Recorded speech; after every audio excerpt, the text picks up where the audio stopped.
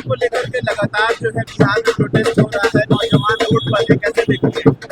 देखिए, जो छात्रों के साथ जो इस बार परीक्षा जो ली गई कि आपको समय से लेट प्रश्न पत्र दिया गया और बिल्कुल समय पे उनसे वापस ले लिया गया, तो उनको समय देना चाहिए था। और समय अगर उस समय नहीं मिला तो कम से कम अब उसको री एग्ज़ाम उसकी होनी चाहिए थी।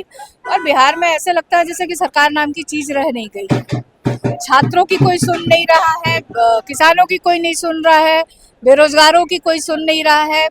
और देखा जाए तो जो ब्यूरोक्रेसी है बहुत हावी है और अपने हिसाब से वो लोग जिनको जो ठीक लग रहा है वो कर रहे हैं।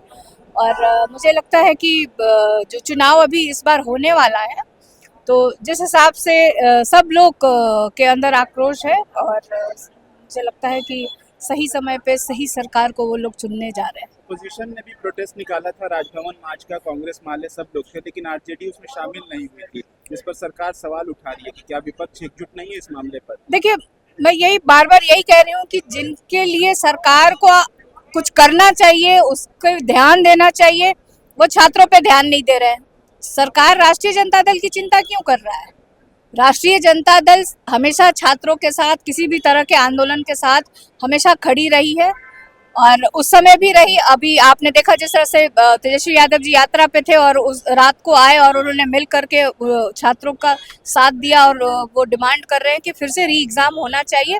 और री एग्ज़ाम बिल्कुल होना चाहिए, होना इसलिए चाहिए कि कोई सही मांग है छात्रों की कि आप एक तरफ आप जो एक समय होता है और समय से अगर विलम्ब से अगर आधे घंटे 1 घंटे आप छात्रों को देर से आप देते हैं और पहले आप समय पे ले लेते हैं, तो आखिर उस तरह से छात्रों के भविष्य के साथ ये खिलवाड़ है कहीं ना कहीं।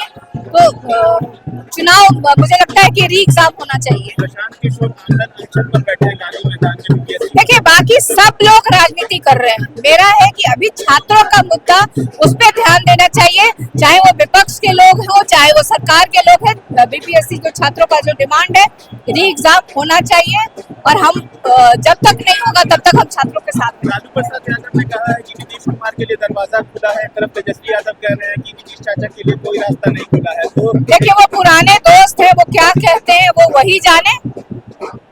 एक ही घर से लेकिन अलग अलग बयान। देखिए, छोड़िए।